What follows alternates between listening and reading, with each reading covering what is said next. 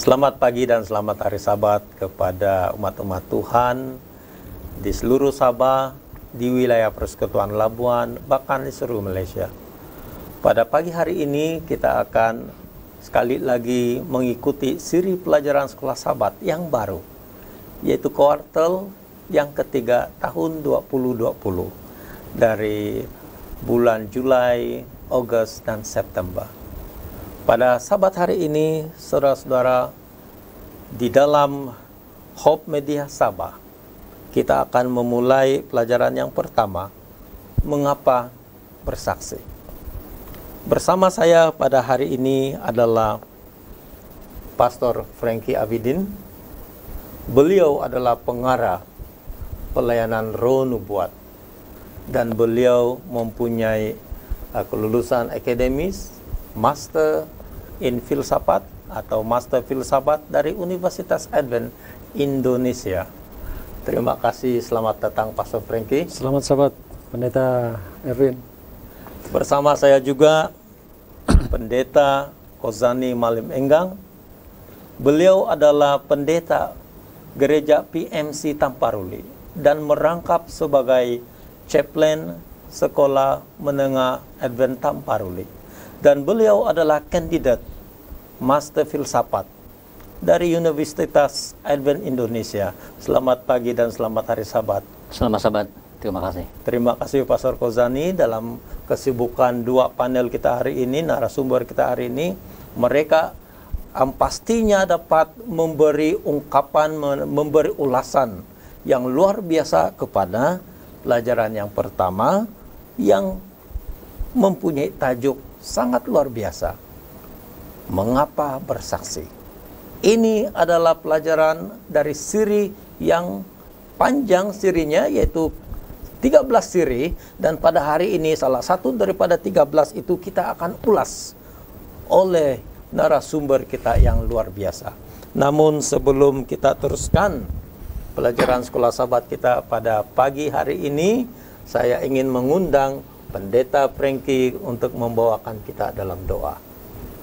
Baik. Silakan Pastor. Mari kita berdoa bersama. Tuhan Maha Besar yang bertata bersemayam di dalam surga, kami bersyukur karena kami dapat bersama-sama di ruang waktu yang baik bagi kami untuk membahas pelajaran sekolah Sabat. Kiranya persekutuan Allah Bapa dan Anak dan Roh Kudus mendampingi kami agar setiap pembahasan firman Tuhan yang disampaikan, yang akan kami pelajari melalui pelajaran sekolah Sabat yang berhubung dengan tajuk yang sangat hebat pada pagi hari ini, biarlah Tuhan urapi kami dengan Roh Kudus Tuhan agar kami dapat memahami dan mengerti, bahkan dapat mengaplikasikan apa yang akan kami sudah belajar nanti. Berkati kami semua. Terima kasih mengampuni kami dari salah dan dosa. Kami persembahkan hidup kami. Di dalam nama Yesus kami sudah berdoa. Amin. Amin. Terima kasih doanya Pendeta Frankie, Pastor Frankie. Baiklah, ayat hafalan kita untuk minggu ini adalah terdapat di dalam 1 Timotius 2 ayat 3 dan 4. Itulah yang baik dan yang berkenan kepada Tuhan, Juru Selamat kita, yang menghendaki supaya semua orang diselamatkan dan memperoleh pengetahuan dan kebenaran. Saudara-saudara yang dikasihi oleh Tuhan, kalau kita lihat bacaan pelajaran minggu ini ayat-ayatnya dari Yakobus 5 ayat 19, Lukas 15 ayat 6, Zefania 3 ayat 17, Yohanes 7 ayat 37, 38, 1 Timotius 2 ayat 34, 2 Korintus 5, 14 ayat 15. Semua ini ayat merujuk kepada bagaimana besarnya kasih Tuhan, usahanya untuk mencari mereka yang hilang dari sorga sehingga ke dunia, dipaparkan di sini. Bagaimana the glory of the gospel, kemuliaan ataupun sesuatu yang menyukacitakan daripada Injil itu sendiri, apabila umat manusia dapat diselamatkan dari kematian kekal. Di dalam minggu ini, saudara-saudara yang dikasihi oleh Tuhan, kita akan dipaparkan bagaimana Yesus Kristus sendiri mau setiap orang itu diselamatkan. Pelajaran demi pelajaran setiap minggu, bermula dari Ahad, Tuhan Yesus menyediakan peluang-peluang keselamatan. Isnin, Yesus boleh kita gembirakan dengan berpartisipasi di dalam pelayanan Injil. Begitu juga dengan pelajaran yang seterusnya, yaitu pelajaran Selasa, bertumbuh dengan memberi. Rabu, kesetiaan kepada perintah Tuhan. Kamis, didorong oleh kasih Tuhan yang meluap-luap, umat Tuhan diminta untuk berpartisipasi di dalam pelayanan Injil. Saudara-saudara yang dikasihi oleh Tuhan, oleh yang demikian, kita bergembira sekali pada pagi hari ini buat julung-julung kalinya hamba Tuhan Pastor Kozani bersama dengan kita. Oleh itu saya ingin bertanya dengan Pastor Kozani soalan-soalan perbincangan sepanjang minggu ini. Ya.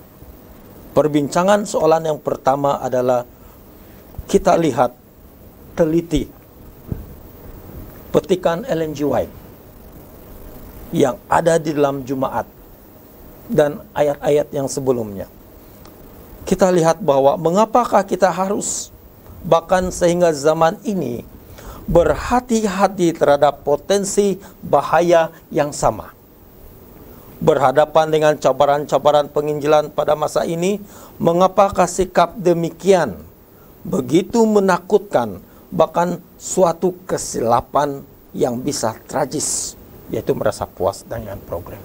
Apa kira-kira pandangan Pendeta Kozani tentang ini berdasarkan pelajaran mingguan kita? Oke, terima kasih kepada pemimpin tadi. Saya ucapkan selamat pagi, selamat hari Sabat untuk setiap kita. Shalom. Untuk saya meresponi pertanyaan tadi, suka saya untuk membawa kita kembali apa yang ditulis oleh Ellen G. White tentang hal ini, dan boleh kita lihat di dalam pelajaran hari Jumat. Dikatakan bahwa penganiayaan yang datang kepada sidang atau gereja di Yerusalem berhasil memberikan suatu pendorong yang besar bagi pekerjaan Injil.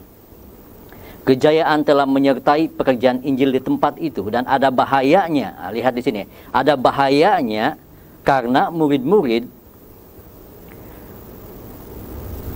terlalu berlambat-lambat di sana, tidak mengendahkan perintah juru selamat untuk pergi ke seluruh dunia, melupakan bahwa kekuatan untuk melawan kejahatan paling baik diperoleh oleh pelayanan yang agresif. Mereka mulai memikirkan bahwa mereka tidak mempunyai pekerjaan yang begitu penting seperti menjaga sidang gereja di Yerusalem dari serangan musuh. Gantinya mendidik orang-orang yang baru bertobat untuk menyampaikan kabar Injil kepada mereka yang belum pernah mendengarnya. Mereka ada dalam keadaan bahaya, mengambil jalan yang akan menuntun semua untuk merasa puas dengan apa yang telah dilaksanakan. Demikian petikan Ellen G. White. Nah, saya mau responi pertanyaan tadi, bahwa sebenarnya konkretnya ada 3 permasalahan yang ada di sana waktu itu, di zaman rasul-rasul. Yang pertama adalah tindakan mereka sesudah mereka mendapat kejayaan, sebenarnya berkembang itu sidang di Yerusalem, tetapi ada bahayanya di sana yang mereka hadapi yang tanpa mereka sadari. Yang pertama adalah mereka berlambat-lambat untuk membuat satu perancangan pelayanan di luar Yerusalem. Itu yang pertama. Yang kedua, bahwa mereka memikirkan yang tidak ada lagi pekerjaan yang lebih penting dibandingkan dengan pekerjaan yang ada di Yerusalem pada ketika itu. Maksudnya adalah mereka hanya fokus Yerusalem, tetapi tidak fokus lagi ke tempat lain, seperti itu. Dan yang ketiga di sini adalah mereka merasa puas dengan apa yang mereka capai. Apabila mereka lihat perkembangan yang sangat pesat pekerjaan Tuhan di Yerusalem, maka mereka mulai puas. Nah, aplikasi dalam kehidupan harian kita, dalam pelayanan kita di zaman kita ini adalah daripada saya akan mengambil hanya 2 poin. Yang pertama, adalah pelayanan itu, daripada kesaksian itu, sesuai dengan pelajaran sahabat, kita mengatakan bahwa harus aktif, agresif dia. Tidak boleh dia berlambat-lambat. Harus terus agresif, aktif dia. Kemudian yang kedua adalah jangan cepat merasa puas dengan apa yang kita capai pada hari ini. Karena sesuai dengan Matius pasal 24 ayat 14 mengatakan bahwa Injil itu harus diberitakan di mana? Di seluruh dunia. Kemudian barulah dan menjadi kesaksian bagi semua bangsa. Sesudah itu barulah tiba kesudahannya. Jadi jangan berlambat-lambat. Pelayanan itu, kesaksian itu harus agresif. Dengan demikian pekerjaan Tuhan itu akan dapat dilaksanakan dengan sukses. Terima kasih Pendeta Khuzani. Ya, kira-kira dalam ulasan yang diberikan oleh Pendeta Khuzani tadi, beliau ada nyatakan bahwa ada bahayanya comfort zone. Kita merasa selesa pada satu tempat. Kira-kira bagaimana Pendeta Frankie? Apa bahaya yang selain yang sudah dinyatakan oleh Pendeta Khuzani yang begitu luar biasa tadi ulasannya? Apa bahayanya apabila seseorang itu merasa comfort zone di satu tempat? Baik, puji Tuhan, saya sangat setuju apa yang sudah dikongsikan oleh Pendeta Khuzani tadi, bahwa pada awalnya mereka sudah menikmati kejayaan di sana, tapi akhirnya mereka melalaikan satu tanggung jawab yang begitu penting dan seharusnya harus diperagakan sebagaimana tuntutan mutlak dari pelayanan Injil itu, bersaksi. Tetapi potensi bahaya yang sama itu boleh jadi berlaku di saat sekarang. Bila kita berada di comfort zone ini, sangat selesa, kita rasa sudah puas dengan apa yang kita lakukan, padahal tuntutan pelayanan Injil itu belum sampai ke tahap yang maksimal seperti yang Roh Nubuat katakan. Kita belum melaksanakan tuntutan pekerjaan Injil 1/100, hanya 1/100 menurut kata Roh Nubuat. Jadi bagaimana itu, Pak? Jadi saya pikir kita terlalu menganggap kita sudah cukup selesai, padahal yang kita lakukan itu masih sedikit dari yang diharapkan oleh tuntutan Injil. Ya, jadi jangan kita berlambat-lambat seperti yang. Kenapa mereka berlambat-lambat? Karena mereka sudah berada cukup selesai. Merasa selesai di satu tempat. Jangan kita berlambat-lambat di dalam melakukan ataupun memperagakan kabar Injil ini kepada semua orang. Karena pekerjaan ini adalah pekerjaan yang kalau saya secara pribadi, bila kasih Tuhan itu sudah meresap dalam hidup saya, kuasa kasih Tuhan itu meluap, dan saya yakin luapan itu akan mendorong saya untuk tidak mau berlambat-lambat, tapi mau mengungsikan. Jadi ini sangat bahaya, apalagi kita berada di akhir zaman. Ini mengingatkan saya, Pak, ya. Pak Pendeta, saya teringat Yesus. Apa yang Yesus buat? Dia dari sorga turun ke dunia untuk manusia. Dia menderita di dunia untuk manusia. Dia melakukan pekerjaan-pekerjaan sebagaimana seharusnya dinyatakan siapa Bapa itu untuk manusia. Dia mati ke dunia di dunia untuk manusia. Dia bangkit untuk manusia. Dia naik ke surga untuk manusia. Dia sediakan rumah untuk manusia. Dia datang kedua kali untuk manusia. Juga. Dia angkat manusia untuk manusia. Nah, di sini kita melihat bahwa Yesus, dia memberikan satu contoh yang boleh dikatakan kita harus ikut sebagai satu panutan di mana kita harus menurut. Karena Yesus, keinginan terbesarnya adalah menyelamatkan orang. Keinginan terbesarnya itu adalah menjangkau orang supaya mereka selamat dari kematian kekal. Betul. Dalam arti kata yang lain, keinginan terbesar Yesus adalah menjadikan umat manusia itu menjadi partner, menjadi rekan kongsi di dalam pelayanan Injil, supaya umat-umat Tuhan itu sendiri seperti Yesus, yang giatnya, agresifnya, kata Pendeta Khuzani, untuk dalam penginjilan.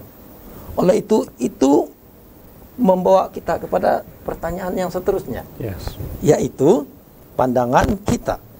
Mengapakah setiap Injil itu diakhiri dengan perintah yang serupa? Seperti Matius 28 ayat 18 hingga 20. Apa ayat di sana? Pergilah jadikanlah semua bangsa menjadi muridku. Begitu juga dengan Markus 16:15, Lukas 24 ayat 46, Yohanes 20 ayat 21. Semua ayat ini merujuk kepada kita mencari yang hilang. Oleh itu, apakah maksudnya ini kepada umat percaya pada abad ke-21?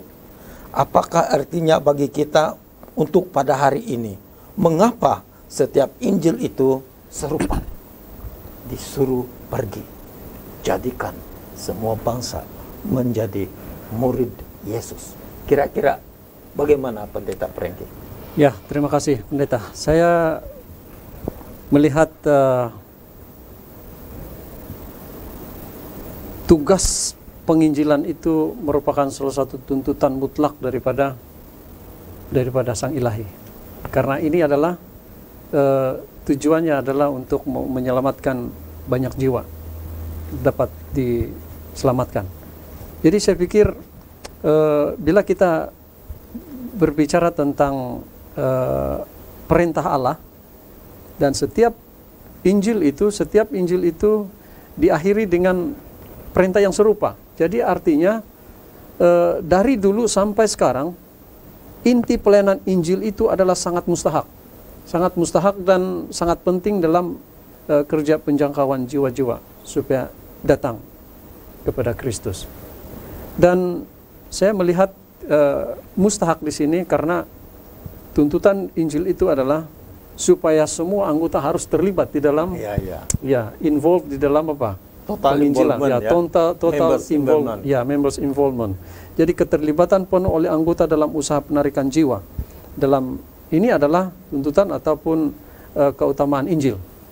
Jadi saya pikir inilah yang kenapa perintah Injil itu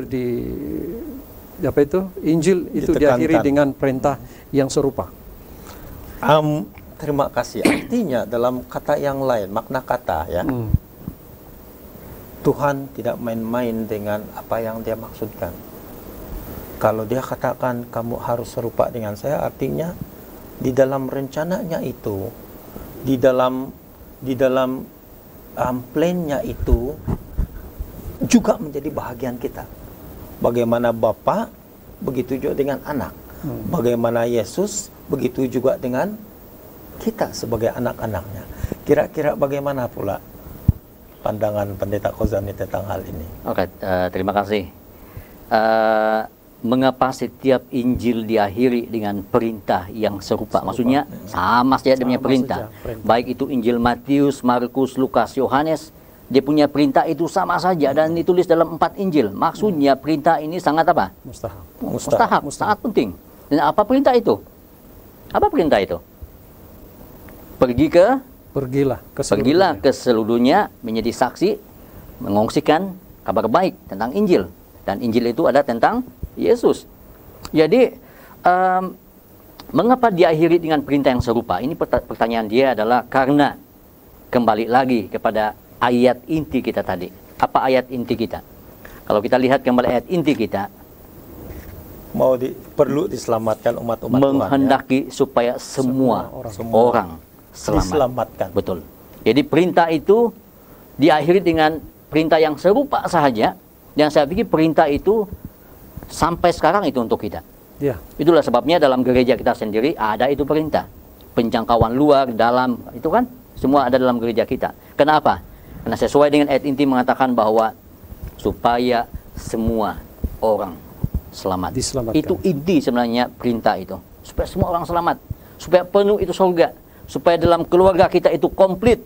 Ada bapaknya, ada ibunya, ada anak-anaknya. Bagaimana keadaan surga kalau hanya ada ibu bapak, anak-anak tidak mau surga?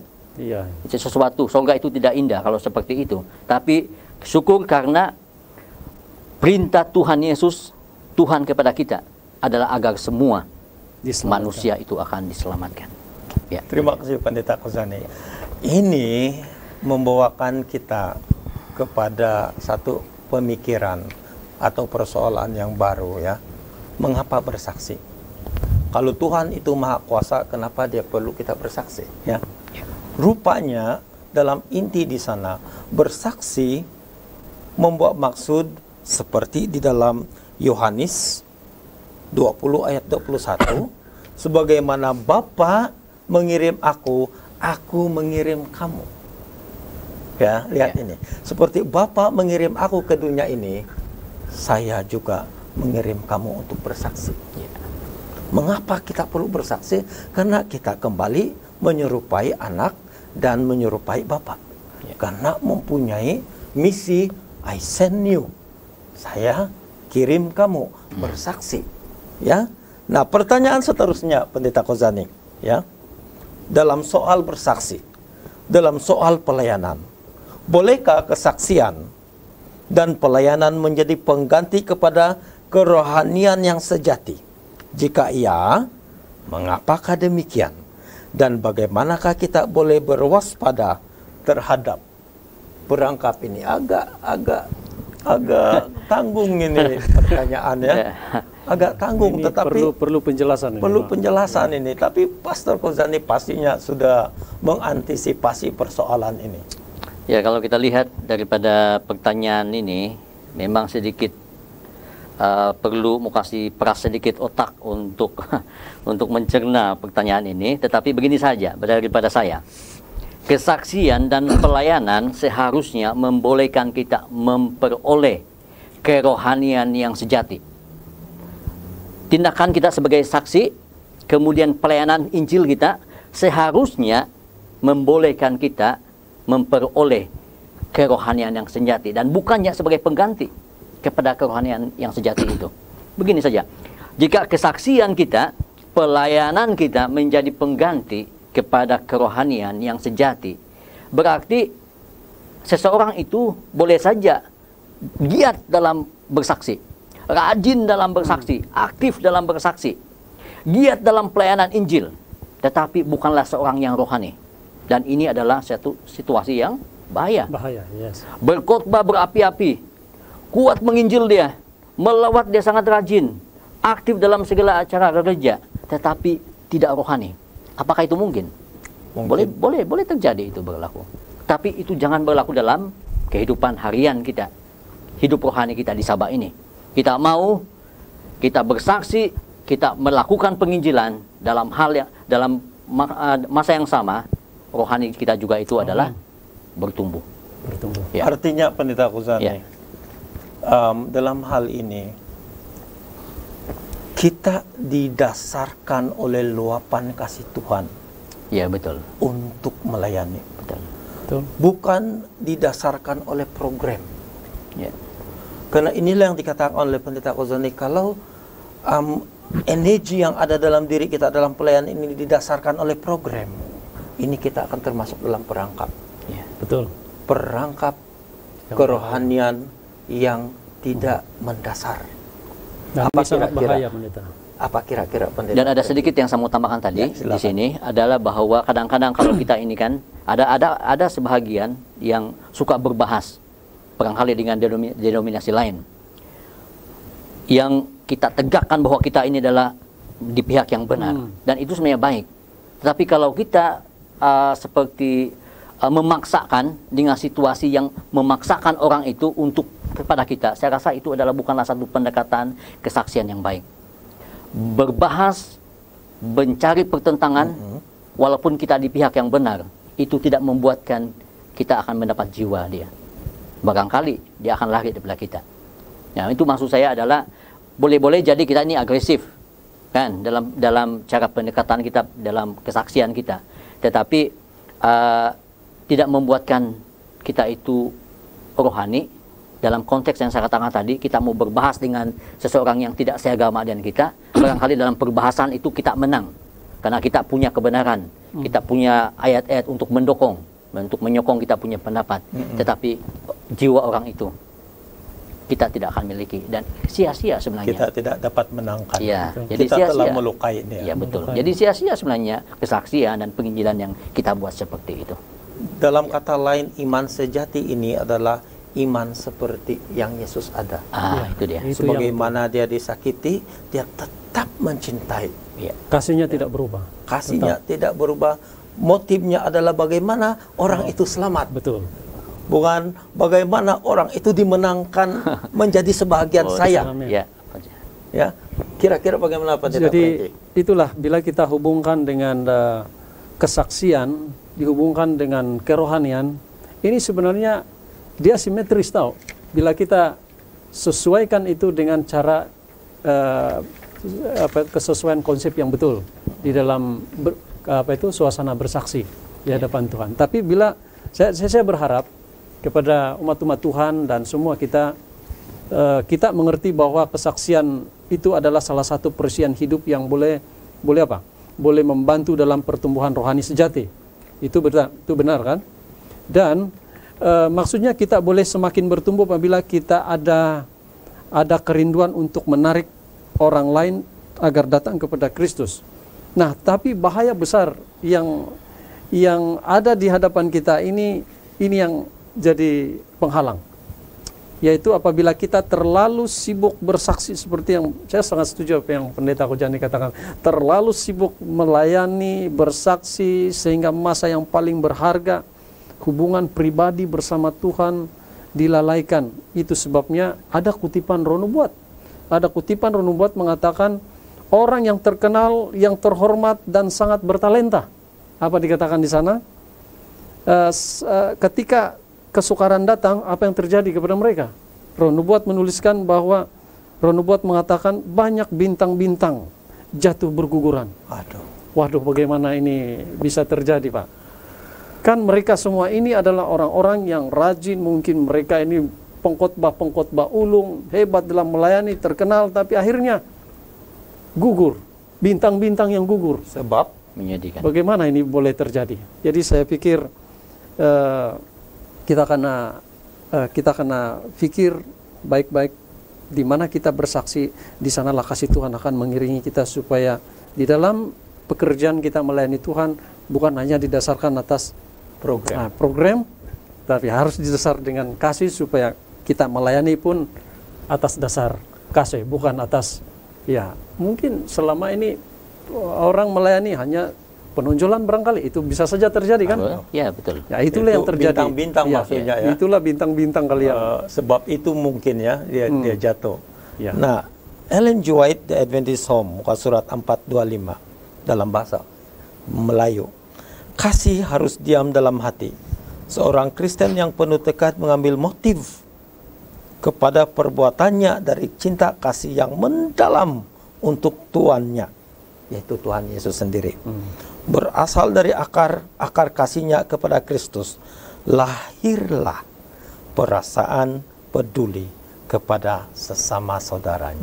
Wah, ini motif yang utama mengapa kita harus memenangkan orang karena kasih. Benar.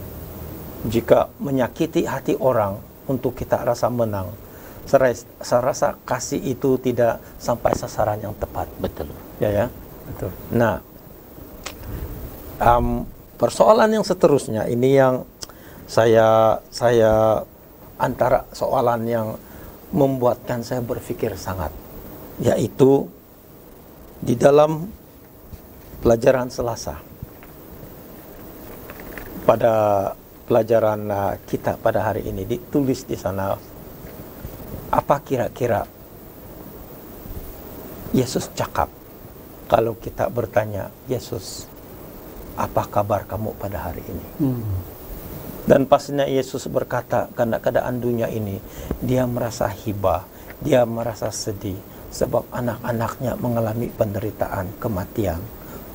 Mereka kelaparan, mereka ditimpa dengan bencana alam, mereka berada di kancah peperangan, di antara penyakit sampah seperti COVID-19. Pasti Tuhan merasa sedih.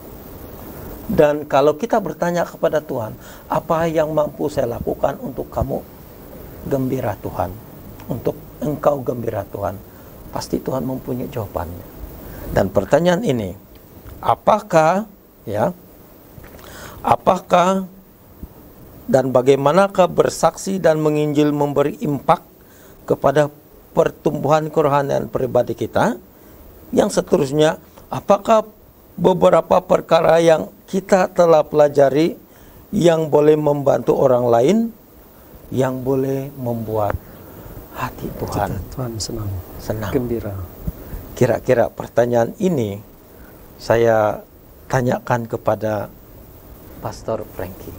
Baik Pak Pendeta, terima kasih atas pertanyaan yang sangat penting ini untuk kita bahas lagi.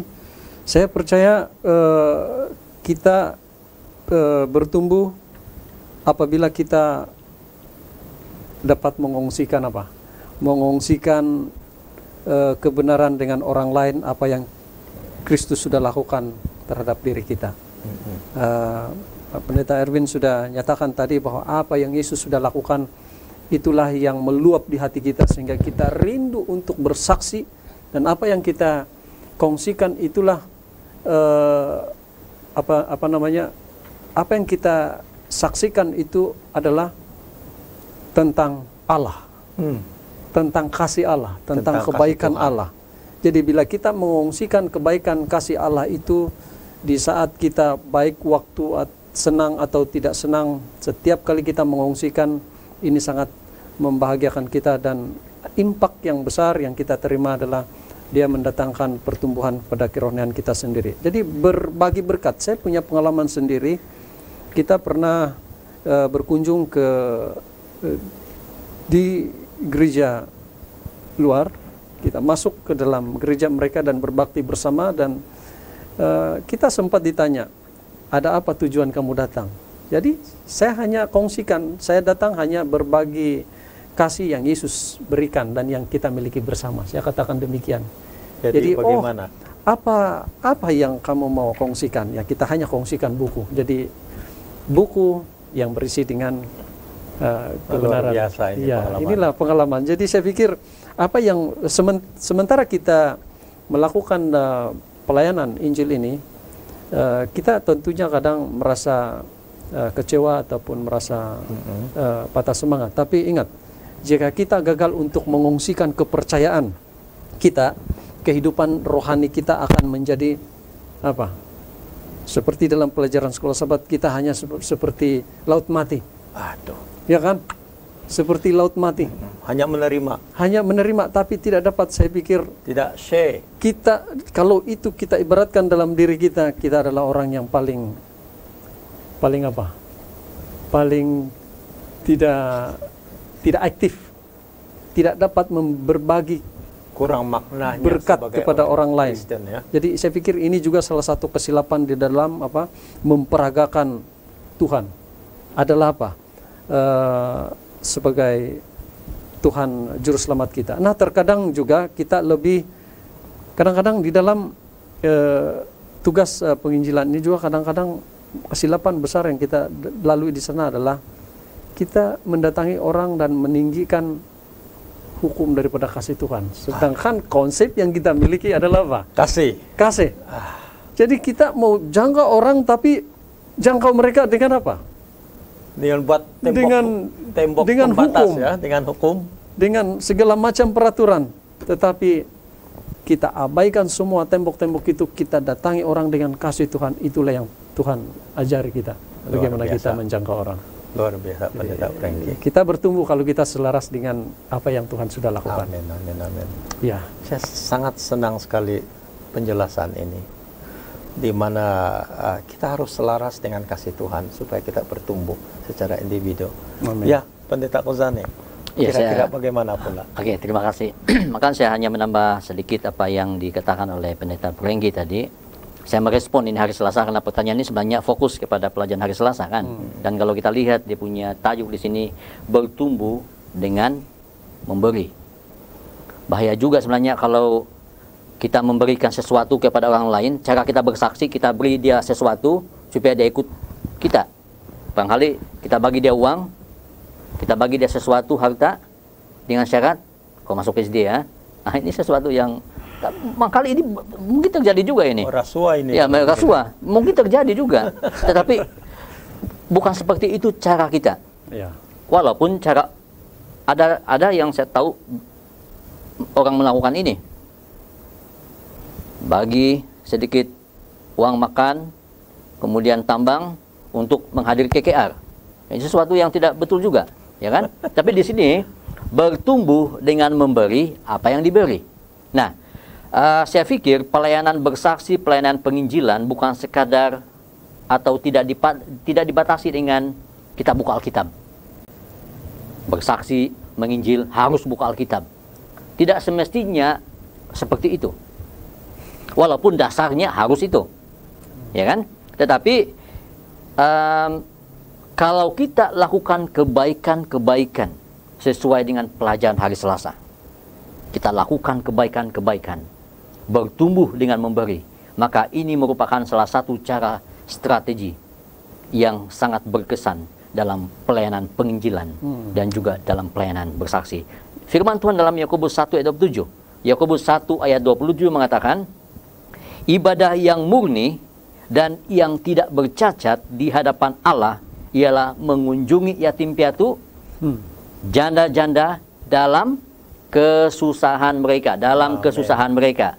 Dengan kata lain, kita harus menabur kebaikan-kebaikan kasih itu kepada orang lain. Kalau ini dasar kita dalam kita bersaksi, dalam kita memberikan pelayanan penginjilan, menaburkan kebaikan, mengongsikan kasih, maka saya pikir inilah yang Tuhan kehendaki yang terjadi dalam kehidupan kita. Dan saya suka juga untuk membaca sedikit daripada pelajaran hari Selasa ini, bagaimanakah pengalaman ini memberi impak kepada iman dan perjalanan Anda bersama dengan Tuhan. Impak, saya suka ini perkataan impak. Impak, saya pikir lebih kepada positif, bukan kepada akibat. Kesan positif. Impak yang sepatutnya yang harus kita dapat dengan pelayanan kita itu adalah kerohanian kita akan bertumbuh. Harus begitu, bertumbuh.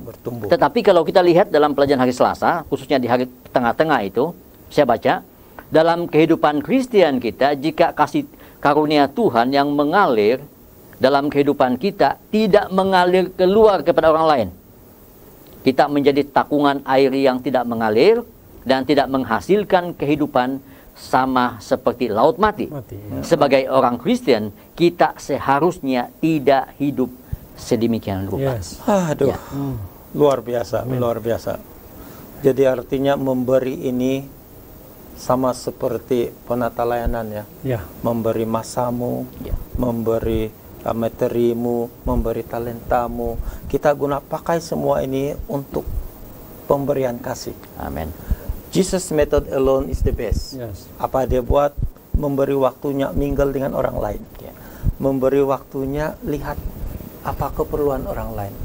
Kemudian memberi waktunya bagaimana untuk memenuhi keperluan orang lain. Kemudian dia teruskan dengan memberikan pertolongan demi pertolongannya. Dan akhirnya setelah memenuhi keperluan mereka, baru dia kata, follow me, ikut saya. Tapi perangkap yang besar, yang bahaya adalah kita terbalikan, mula dengan follow me, baru menyusul yang kemudian. Ya, ini yang bahaya. Metode Yesus memberi dirinya sebagai korban yang hidup, maksudnya mingle with others. We mingle with others, ya, di dalam pemberian kasih Tuhan. Nah, ini akan mengakhiri satu pertanyaan yang terakhir, karena masa kita terlalu suntuk, saudara-saudara. Pertanyaan terakhir ini adalah, pikirkan tentang kenyataan menakjubkan bahwa Tuhan mengasihi setiap kita secara individu. Bagaimana kita memahami maksud ini? Kira-kira bagaimana Pendeta Khuzani?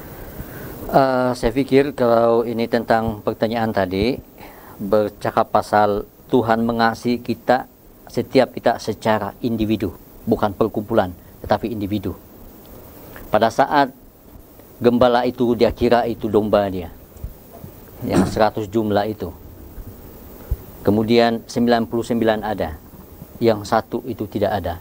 Kalau sebelahnya dia melihat daripada segi kumpulan, saya pikir tidak ada gunanya yang satu itu. Yang satu itu baru satu. Iya, baru satu. Kalau dia melihat dari segi baik kumpulan kan, tapi dia lihat dari segi individu. Hal yang sama yang berlaku dalam hidup manusia ini. Dikatakan bahwa Tuhan mengasihi setiap kita secara individu. Bermaksud satu-satu kita, satu-satu.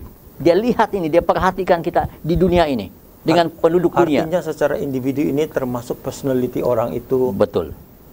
Seperti itu. Kemudian setiap individu di dunia ini adalah dalam perhatian Tuhan. Mata Tuhan tertuju kepada setiap orang. Amen. Setiap jiwa di dunia ini tidak ada satupun yang terlepas. Maksudnya, setiap manusia ini adalah sama penting dan sangat penting bagi Tuhan. Dalam konteks dunia yang berdosa, setiap manusia yang ada di dunia harus diselamatkan. Jadi, saya dengan orang lain tidak ada yang lebih tinggi penting di hadapan Tuhan. Kita umat-umat Tuhan dengan yang luar di sana yang belum mengalami kesaksian kita. Bukan berarti bahwa kita lebih penting yang kita sudah mengenal kebenaran ini, tapi sama penting. Oleh sebab sama penting, Tuhan suruh kita untuk apa? Untuk menjangkau jiwa menjangkau dia. mereka. Supaya kembali lagi pada ayat inti kita tadi, supaya semua harus luar biasa diselamatkan. Ya. diselamatkan. Artinya kalau disebut secara individu ya, Pastor Kozani, ia termasuk temperamen. Kalau kita lihat dalam segi psikologi itu ada orang yang bersifat kolerik, ada orang yang bersifat melankoli, ada yang bersifat phlegmatik, ada yang bersifat apa lagi satu lupa saya. Sanguin. Sanguin. Yes. Mereka ini berbeza secara pribadi. Tuhan mengasihi mereka. Berbalik kepada individu, ada individu yang tubuhnya komplit, ada individu yang mempunyai apa yang dimaksudkan istimewa. Tuhan mengasihi mereka. Ya, betul. Jadi apabila kita lihat keadaan begini ya, rupanya gereja kita harus mempunyai pola pikir pandang yang sangat besar menjangkau, namanya insan manusia. Ya, kira-kira bagaimana Pendeta Franky? Ya, itulah yang memicu semangat saya kenapa saya jadi pendeta dan mau terus bersaksi kepada Tuhan, karena saya mengasihi Tuhan itu bukan mau selamat, tapi saya mengasihi Tuhan karena Allah lebih dahulu mengasihi kita. Amen. Ya, Allah lebih dahulu mengasihi kita, dan konsep dalam pelayanan itu adalah kasih, bukan yang lain. Sehingga kalau dengan kasih kita menjangkau orang, mereka akan dapat merasakan luapan betapa baiknya Tuhan itu. Tapi kalau dengan berbagai aturan yang kita tonjolkan untuk jangkau orang, itu membuat orang lain keliru dan bingung memahami siapa Tuhan itu. Satu lagi perkara yang saya mau tekankan di sini adalah kenapa bersaksi ini begitu penting sekali, karena menurut tulisan Ellen G. White dikatakan, saya mau baca di sini, ukuran sukses suatu sidang bukan dilihat dari jumlah nama yang bertambah dalam buku sidang atau jumlah uang yang meningkat, melainkan dilihat dari jumlah orang aktif dalam kerja penarikan jiwa dan orang-orang yang sudah dilatih untuk itu. Nah, kelalaian yang dilakukan karena berlambat-lambat adalah tidak melatih orang yang baru bertobat untuk diajar bagaimana mau bersaksi. Jadi saya pikir inilah kenapa saya terpicu untuk terus melayani dan mau bersaksi, karena Allah sudah lebih duluan mengasihi kita. Amen. Sehingga saya tidak mau tidak mau berubah pikiran lagi, karena kasih Tuhan itu tidak boleh ada siapapun yang boleh menahan itu. Sehingga kita terus mau terpaut melakukan pekerjaan Tuhan. Luar biasa. Luar biasa, amin. Luar biasa pekerjaan Tuhan. Saudara-saudara yang dikasih oleh Tuhan Yesus Kristus, kita sangat bersyukur kepada narasumber kita pada hari ini, Pastor Franky Abidin dan Pastor Kozani Malem Enggang. Mereka telah berkongsikan pelajaran yang luar biasa. Saudara-saudara, sebagai kesimpulan daripada pertanyaan dan perbincangan kami tadi adalah ini. Mengapa Tuhan mau kita bersaksi? Karena Tuhan mau kita menjadi seperti Dia. Mengapa Tuhan mau menjadi seperti Dia? Tuhan mau setiap orang diselamatkan sesuai dengan ayat hafalan 1 Timotius 2 ayat 3 dan 4. Itulah yang baik dan berkenan kepada Tuhan, Juru Selamat kita, yang menghendaki supaya semua orang diselamatkan dan memperoleh pengetahuan dan kebenaran. Tuhan mau kita seperti Dia, bersaksi seperti Dia, mempunyai jiwa untuk menyelamatkan orang seperti Dia. Hanya orang yang seperti Yesus yang boleh masuk surga. Saudara-saudara yang dikasihi oleh Tuhan, sebagai aplikasi minggu depan, sediakah kita mengubah hidup kita seperti Yesus dengan mempunyai motif luapan kasih, berkongsi firman Tuhan tanpa ada pikiran untuk menjadikan mereka sebahagian kita, tetapi menjadi sebahagian daripada pengikut Kristus? Inilah pertanyaan yang saya lemparkan kepada saudara-saudara, yang saya lontarkan kepada saudara-saudara pada minggu depan. Mari kita bersaksi, apapun kapasiti kita. Tuhan kiranya memberkati kita. Dan untuk mengakhiri perbincangan kita pada hari ini, pada Sabat hari ini, saya ingin menjemput Pendeta Khuzani untuk mengakhiri perbincangan kita. Silakan, Pastor. Kita berdoa. Bapa di surga, terpujilah namamu Tuhan. Terima kasih kesempatan kami dapat belajar firman Tuhan melalui pelajaran sekolah Sabat. Engkau telah mengingatkan kepada kami betapa pentingnya kami bersaksi. Dan terima kasih karena Engkau telah memilih kami sebagai saksi-saksi yang hidup, yang akan mengongsikan kasih Tuhan kepada mereka yang ada di sekitar kami. Berikan kami kemampuan ya Tuhan, karena Engkaulah satu-satunya yang boleh memberikan kami kesanggupan untuk menjadi saksi yang hidup itu. Karena Tuhan rindukan akan keselamatan bukan hanya keluarga kami, bukan hanya sebahagian orang, tapi firman-Mu pada Sabat hari ini mengatakan bahwa Engkau rindu akan keselamatan bagi setiap orang di dunia ini. Terima kasih Tuhan, Engkau memberkati kami, sudah memberkati firman itu yang sudah kami pelajari, sehingga firman itu akan dapat kami laksanakan dalam hidup rohani kami. Terpujilah namamu, di dalam nama Yesus kami berdoa. Amin. Amin. Kita bertemu lagi di Sabat depan di tajuk yang baru di dalam Hope Media Sabah. Selamat Hari Sabat.